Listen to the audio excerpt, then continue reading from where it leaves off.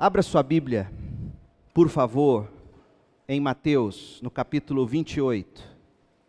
Nós vamos ler os versos 18 e 19.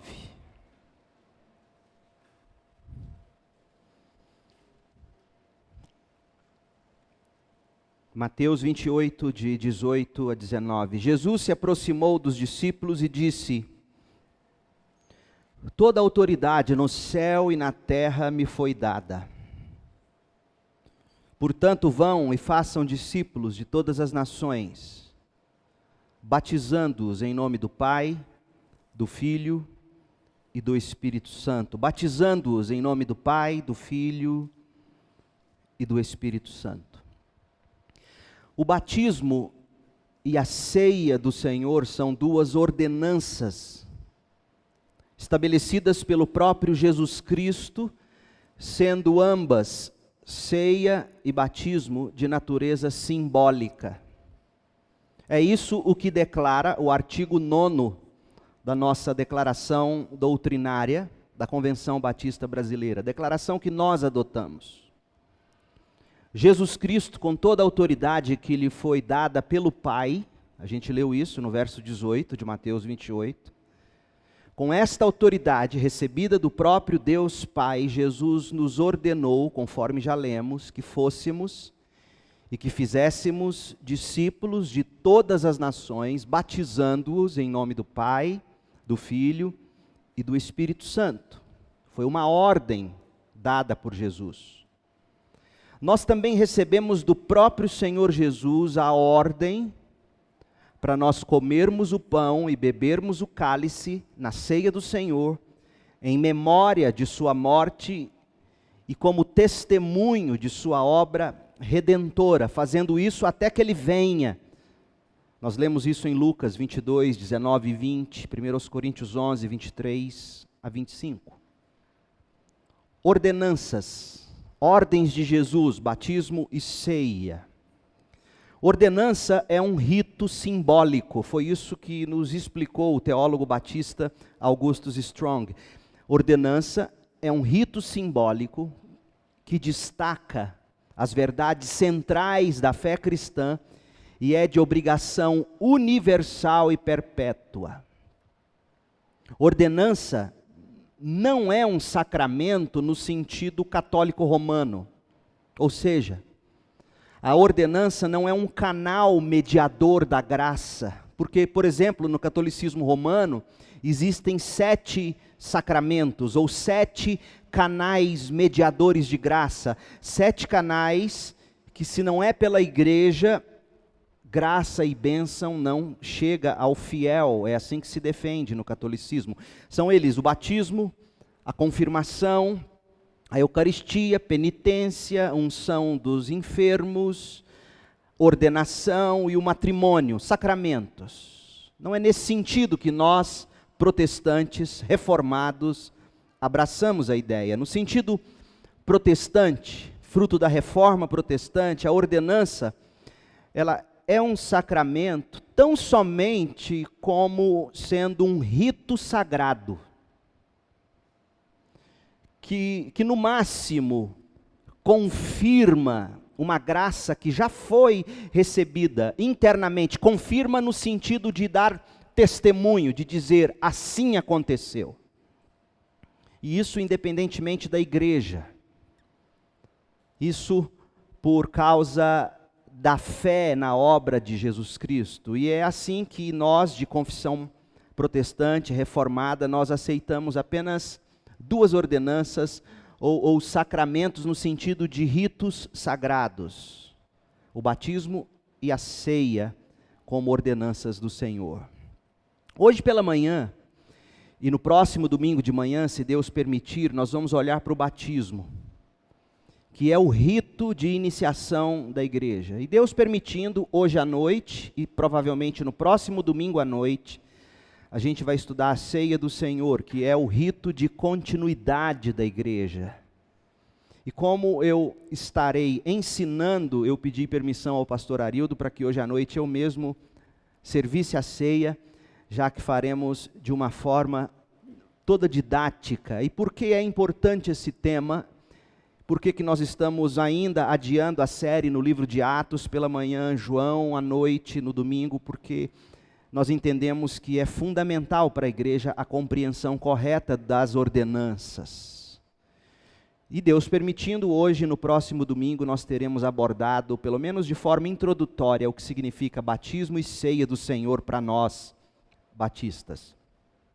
A posição, gente, que nós vamos sustentar é a da tradição batista. E eu sei que ao longo destas mensagens você vai querer maiores esclarecimentos, vai ficar interessado em maiores aprofundamentos, em qualquer um dos tópicos que serão ou não abordados. Por exemplo, pode ser que você se interesse pelo desenvolvimento histórico de cada uma dessas duas doutrinas. E para isso eu quero recomendar 2 ou 3 obras que são indispensáveis para a sua consulta e o seu estudo subsequente. Essas obras foram escritas por teólogos destacados da tradição batista reformada e no Brasil foram publicados pela editora Vida Nova. A primeira obra é a Teologia Sistemática de Wayne Grudem. A segunda é Teologia Histórica, uma introdução ao desenvolvimento da doutrina, também pela Vida Nova, e o autor é o Greg Allison. Também pela editora Vida Nova tem Teologia Sistemática de Millard Erickson. Você terá acesso a esses dados aqui no esboço da mensagem, amanhã ou depois, quando for para o site. Eu cito essas obras para você tomar conhecimento de que existe material de excelente qualidade para o seu aprofundamento. Porque, infelizmente, não há tempo hábil para um tratamento digno do respeito. E eu digo isso de todo o meu coração, tratamento hábil, digno de respeito pelos nossos irmãos de tradição reformada, alguns amigos íntimos da gente, parentes nossos, que sustentam outras posições, por exemplo, sobre o batismo, os presbiterianos, por exemplo.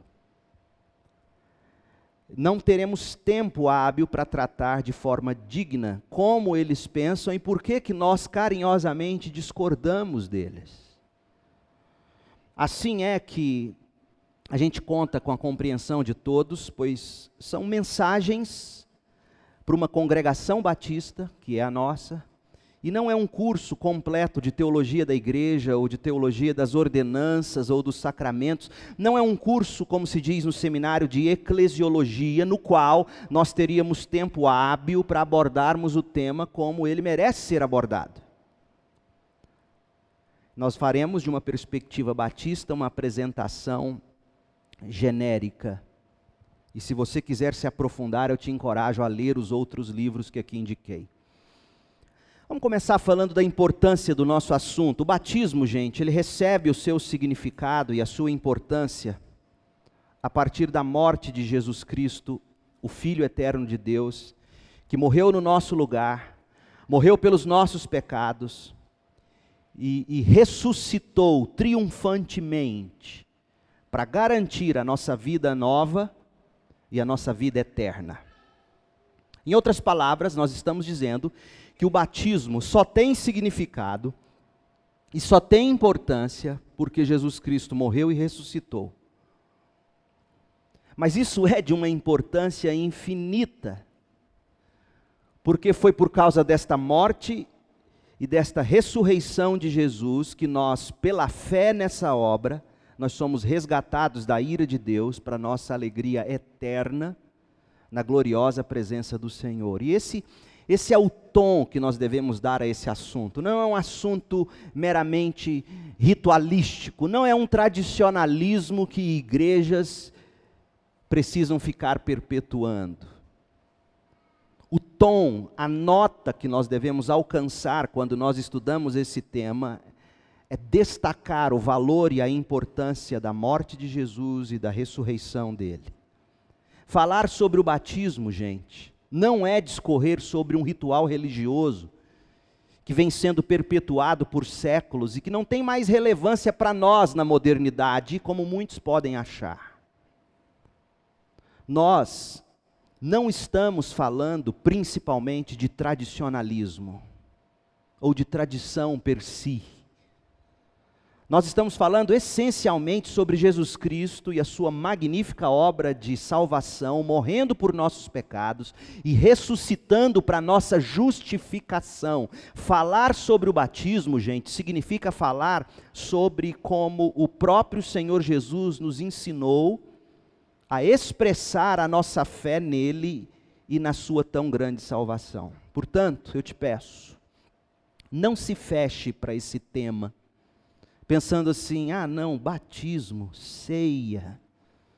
Eu queria algo mais prático, algo que eu pudesse aplicar na minha vida nesse momento tão difícil que eu estou passando. Por favor, não se permita conclusões medíocres assim. Não se permita pensamentos tão apequenados como esses. Porque o nosso tema, gente, é grandioso. Pense grande. Eleve sua mente, eleve o seu coração à maior e à mais sublime de todas as realidades, que é Jesus Cristo, Filho eterno de Deus, crucificado para tomar sobre si mesmo os nossos pecados e ressuscitado dos mortos pelo poder de Deus Pai. Isso para nos dar vida eterna no novo céu e na nova terra. Essa, portanto, é a importância desse tema. Para a gente começar o estudo, a gente tem que abrir nossa declaração doutrinária, a declaração doutrinária da Convenção Batista Brasileira, no artigo 9º, e eu leio para você. Diz assim: o batismo e a ceia do Senhor são as duas ordenanças da igreja, estabelecidas pelo próprio Jesus Cristo, sendo ambas de natureza simbólica. O batismo consiste na imersão do crente em água, após sua pública profissão de fé em Jesus Cristo, como Salvador único, suficiente e pessoal. Simboliza a morte e sepultamento do velho homem e a ressurreição para uma nova vida em identificação com a morte, sepultamento e ressurreição do Senhor Jesus Cristo, e também como prenúncio da ressurreição dos remidos. E aí conclui dizendo assim: o batismo, que é condição para ser membro de uma igreja, deve ser ministrado sob a invocação do nome do Pai, do Filho e do Espírito Santo. Pois bem, esta é a nossa declaração doutrinária. E nós vamos prosseguir da seguinte forma: eu vou tentar quebrar esses artigos de fé em algumas partes, para a gente responder perguntas tais quais: o que é batismo? Quem deve ser batizado? E o batismo infantil? Por que o batismo é condição para alguém ser membro da igreja? Quando, entre aspas, batismo não é batismo? Existe isso? Alguém que pensa ter sido batizado, mas de fato não foi? Então a pergunta: quando o batismo não é batismo? E como é que nós devemos praticar o batismo? Hoje, e Deus permitindo, no próximo domingo a gente vai tentar responder todas elas. A gente precisa começar falando um pouco sobre a história do batismo. João Batista é o precursor do batismo. Preste bem atenção nisso. A origem do batismo, gente, deve ser atribuída à prática de João Batista, que segundo Mateus 3, versículo 3, foi precursor de Jesus Cristo, ou antecedeu Jesus Cristo, preparou o caminho para Jesus Cristo. E como forma de preparação do caminho para Jesus Cristo, João Batista começou a batizar. Mateus 3 nos mostra isso. Jesus Cristo foi batizado por João Batista, atestando ou confirmando, dizendo: o batismo de João Batista é válido. E por que ele é válido? Veremos daqui a pouco. Jesus não só foi batizado por João Batista, mas Jesus continuou a prática do batismo assim como João Batista. Você encontra isso em João 3:22, que é a próxima sessão do livro de João. Quando nós voltarmos ao livro do João, Deus permitindo, nós vamos estudar. Então, em João 3:22, você descobre que Jesus também seguiu batizando, ele e seus discípulos, assim como João Batista fazia. Então João Batista deu início, Jesus seguiu batizando, e conforme nós vamos ver mais adiante, o próprio Senhor ordenou que a igreja dele prosseguisse com a prática do batismo. Nós lemos Mateus 28, batizando-os em nome do Pai, do Filho e do Espírito Santo. Então, a gente precisa observar quais são os elementos cruciais do batismo de João Batista, para a gente entender de fato o que é batismo e por que nós batizamos como a gente batiza. Gente, e a coisa mais importante a se aprender é que quando uma pessoa, inclusive um judeu, recebia o batismo de João Batista, aquele era um ato radical de compromisso individual, de pertencimento ao verdadeiro povo de Deus. O batismo era esse compromisso radical de, a partir dali, pertencer-se ao verdadeiro povo de Deus. E esse compromisso, ou batismo, ele era baseado na confissão pessoal de arrependimento pelo pecado e na identidade corporativa com aquele povo que havia sido batizado. Gente, esta é uma das principais razões pelas quais eu sou batista, ou seja, o batismo baseado em arrependimento e fé. Eu não sou batista, veja bem, porque como alguns acreditam, eu não sou batista porque a origem dos batistas poderia ser traçada até João Batista. Historicamente, não há fundamentos para se provar isso. Historicamente, nós somos filhos da Reforma Protestante do século XVI, filhos dos separatistas ingleses, mas isso é tema para outro curso, outra mensagem, outra hora. Eu sou batista, nós somos batistas, dentre outras coisas, por não crermos que infantes sejam capazes de se arrependerem, confessarem pecados e aí sim serem batizados após pública profissão de fé. Infantes não são capazes de fazerem esse discernimento e também não são capazes ainda de se comprometerem com aquele corpo através do batismo. Portanto, gente, de cara a gente descobre o seguinte: o batismo de João Batista é uma pedra no sapato do pressuposto fundamental que dá origem à prática do batismo infantil entre os nossos irmãos presbiterianos, por exemplo. Olha o que diz Mateus, abre em Mateus 3, versículos 1 e 2, batismo de João Batista.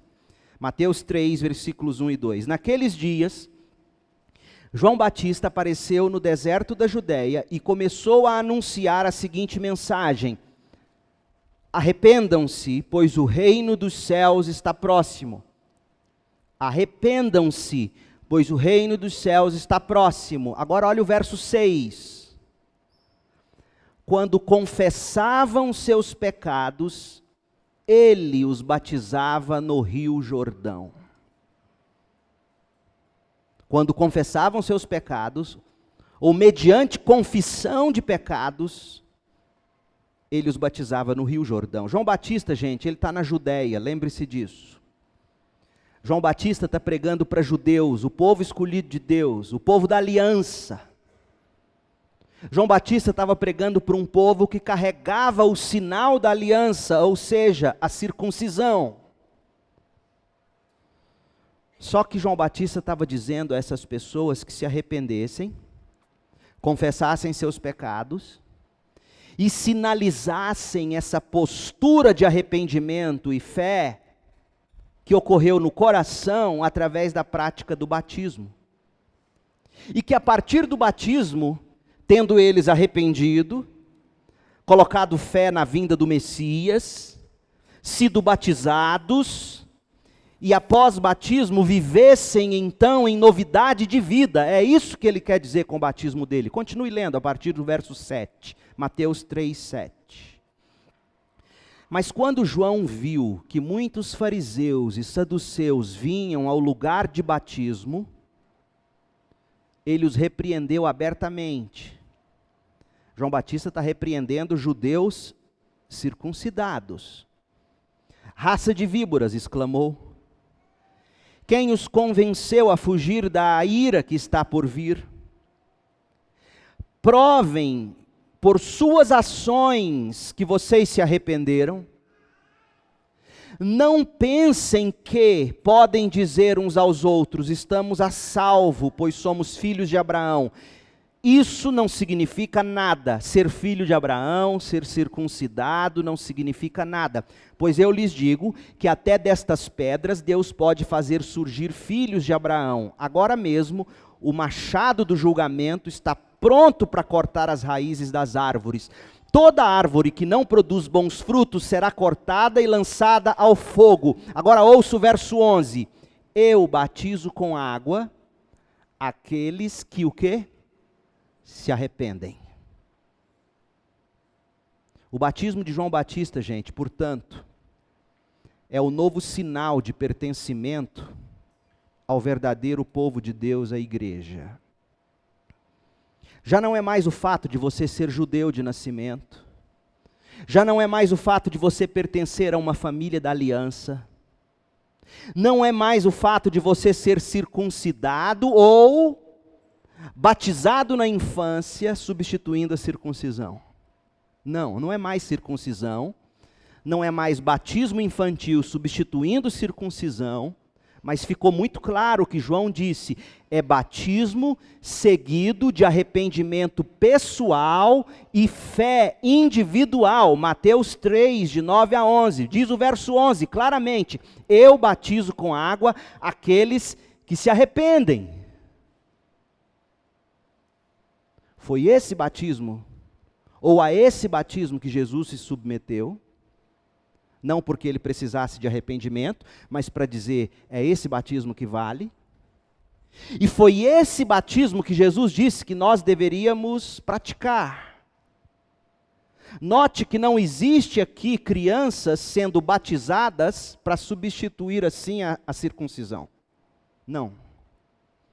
Porque o que importa para João é que você se arrependa, creia, professe a fé pelo batismo e viva agora em novidade de vida.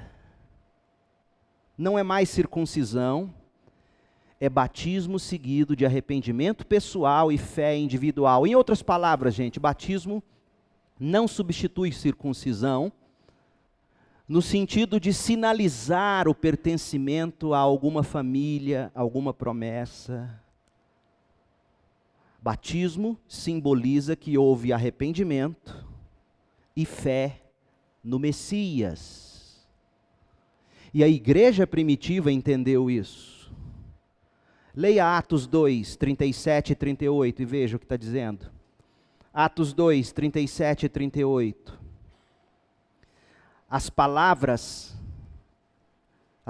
que Pedro estava pregando e aqueles seus ouvintes, as palavras partiram o coração dos que ouviam. E quem é que estava ouvindo? Se você ler o verso 22 desse mesmo capítulo, Atos 2, 22, você vai descobrir que quem estava ouvindo Pedro pregar era o povo de Israel, eram os judeus circuncidados.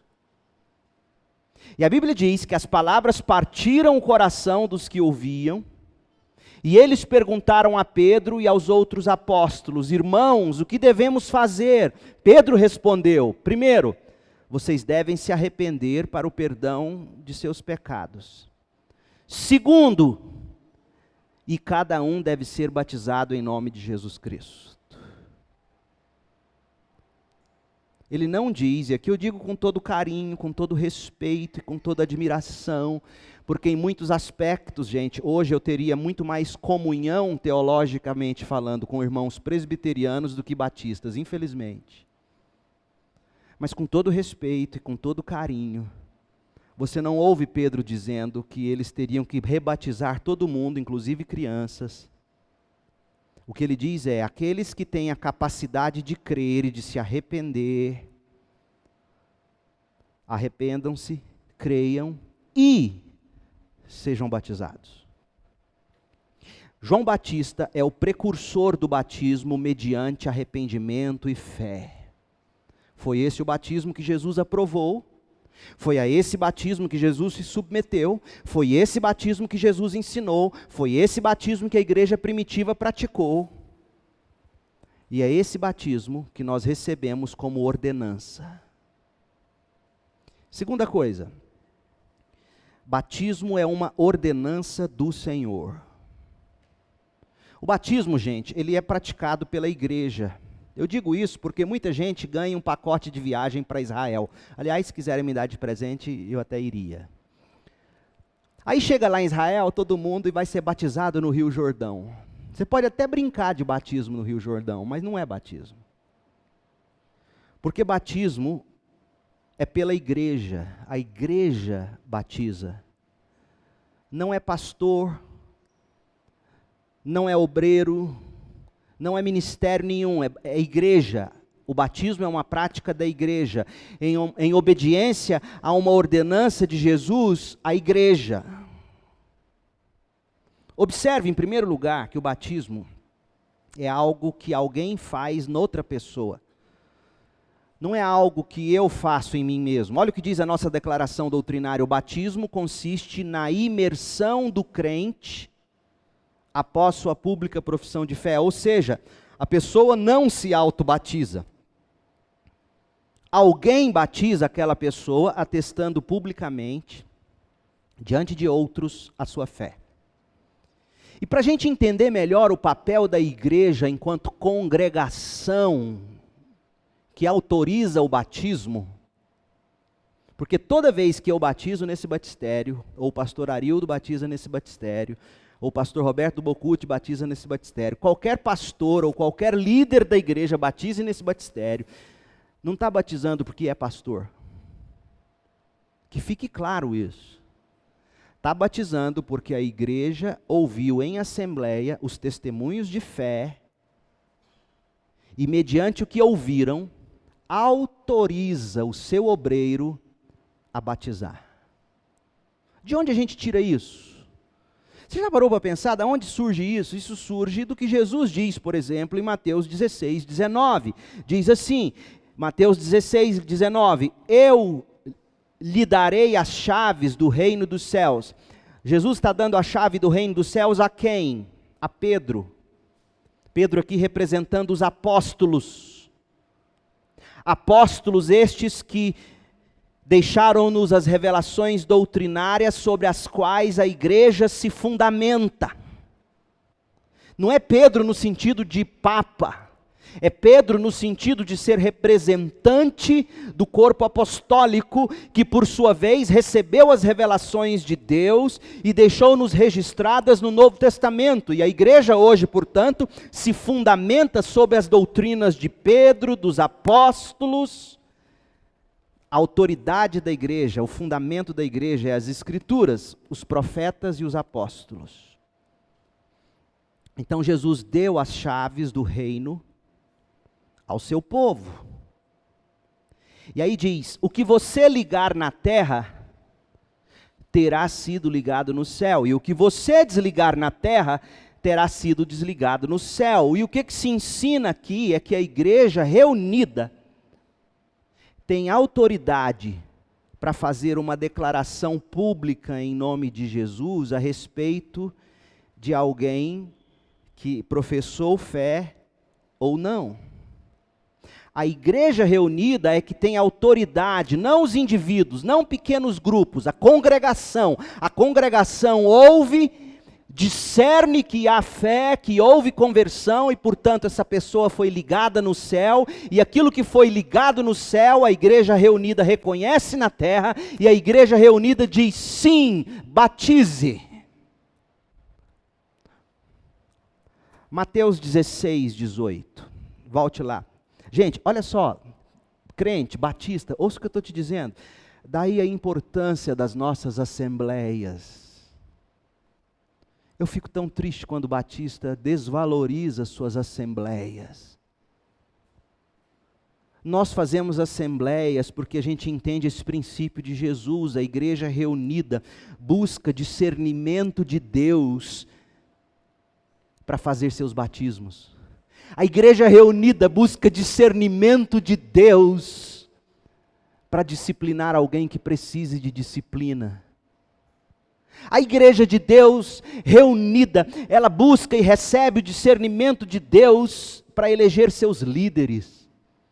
A igreja reunida, ela busca o discernimento de Deus para entender o que Deus ligou no céu, para ela ligar na terra, o que Deus teria desligado, por assim dizer, no céu, para ela desligar na terra. A igreja reunida busca discernimento para tomar decisões para os seus negócios. Segunda igreja, não desvalorize suas assembleias. Nós não fazemos isso porque a gente gosta de burocracia, nós fazemos isso porque a gente entende que na multidão dos conselhos do povo de Deus, a gente recebe a sabedoria de Deus para as nossas decisões. Eu posso ouvir um amém? Em nome de Jesus. Mateus 16, 18 a 20, olha o que diz. E aqui Jesus está falando de disciplina na igreja. Segunda igreja, nós temos que praticar disciplina. Nossos irmãos, que se dizem nossos irmãos, que vivem na prática do pecado, sem nenhum constrangimento, precisam ser disciplinados em amor. Não critique seu pastor ou seus líderes ou sua igreja se a gente tiver que prosseguir aplicando disciplina. Isso é um mandamento divino. Quem ama disciplina, querendo ver restauração. E Jesus está dizendo para nós que o papel da igreja é o seguinte, Mateus 16. Um de nós está vivendo na prática do pecado sem nenhum constrangimento. Você vai lá e o exorta. Ele não muda de vida. Você vai lá com alguém de sua confiança que teme a Deus e exortam a Ele. Não resolve, você vai com alguns líderes da igreja que você respeita e confia e exortam a ele, não muda de vida. Você então traz o assunto para a igreja e a igreja desliga, na esperança de que ele se restabeleça. Porque o que nós não podemos fazer é fazer de conta que está tudo bem. E aí a conclusão disso, para você sentir a seriedade do que Jesus está ensinando, é nesse contexto onde a igreja reunida para decidir sobre disciplinar ou não alguém, é nesse contexto que Jesus diz assim, onde 2 ou 3 se reúnem em meu nome, lá eu estou no meio deles. É no contexto em que a igreja se reúne para buscar discernimento de Deus sobre a vida daquele irmão ou irmã que tanto amamos, mas tem vivido de uma forma a não se constranger com o pecado. E a gente, por amor, tem que tomar uma decisão. Ô meu povo, vamos levar isso a sério. Olha o que Jesus diz, Mateus 16, 18. Eu lhes digo a verdade, o que vocês ligarem na terra terá sido ligado no céu. Terá sido. Não é a igreja que liga. Deus já ligou por causa da fé da pessoa, mas a igreja reunida discerniu isso, e aí a igreja autoriza o que Deus já ligou. E o que desligarem na terra terá sido desligado no céu. Olha a importância, é como se Deus estivesse dizendo o seguinte, igreja, se eu já olhei para a vida de alguém aí e já percebi que ele não tem nenhum constrangimento em viver no pecado, e se eu já disse que está desligado, por que vocês ainda insistem em manter ligado? Uau! A seriedade é a seguinte, por que vocês não ligam aquilo que eu já liguei, ou por que vocês não desligam aquilo que eu já desliguei? Por que vocês não desligam aqueles que eu já os entreguei às suas próprias paixões? Está vendo a seriedade? Também lhes digo, verso 19, se 2 ou 3 concordarem aqui na terra a respeito de qualquer coisa que pedirem, meu Pai nos céus atenderá. No sentido de buscar o discernimento. Pois onde 2 ou 3 se reúnem em meu nome, eu estou no meio deles. Aí as pessoas pegam aqui o verso 19 e falam assim, vamos concordar junto aqui, ora comigo, vamos concordar para Deus me dar aquela bênção. Concorda comigo, para. A concordância aqui é no sentido de Deus, dá-nos sabedoria para essa decisão importantíssima. E aí, como diz Tiago 1, versículo 5, quem pede sabedoria, Deus dá. Então Cristo se faz presente espiritualmente no ajuntamento solene da igreja, autorizando a igreja a falar em nome dele. E é assim, portanto, que o Senhor ordenou aos apóstolos e a nós também. Volte-se agora comigo para Mateus 28, ele diz assim, Mateus 28, 18. Jesus se aproximou dos discípulos e disse: toda a autoridade no céu e na terra me foi dada. Eu recebi de Deus a autoridade. E eu, portanto, digo a vocês, vão, façam discípulos, batizando-os, e eu estou com vocês até o fim dos tempos. Ou seja, Deus está conosco nesse negócio. Ele prometeu estar, Ele está, Ele nos autorizou, Ele mesmo, o Senhor Jesus, que recebeu do Pai toda a autoridade. Quem tem, portanto, autoridade para batizar? A igreja. A igreja reunida examina e emite um parecer público, ligando na terra o que já foi ligado no céu, ou desligando na terra o que foi desligado no céu, e que fica comprovado através da profissão de fé ou da prática de vida. Profissão de fé e prática de vida.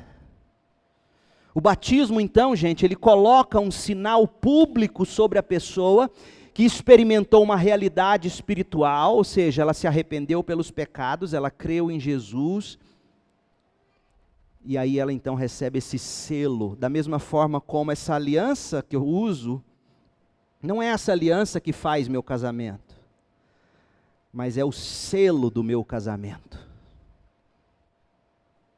Portanto, no batismo, uma igreja reunida, ela reconhece e atesta a profissão de fé de um crente em Jesus, cumprindo assim uma ordenança de Jesus.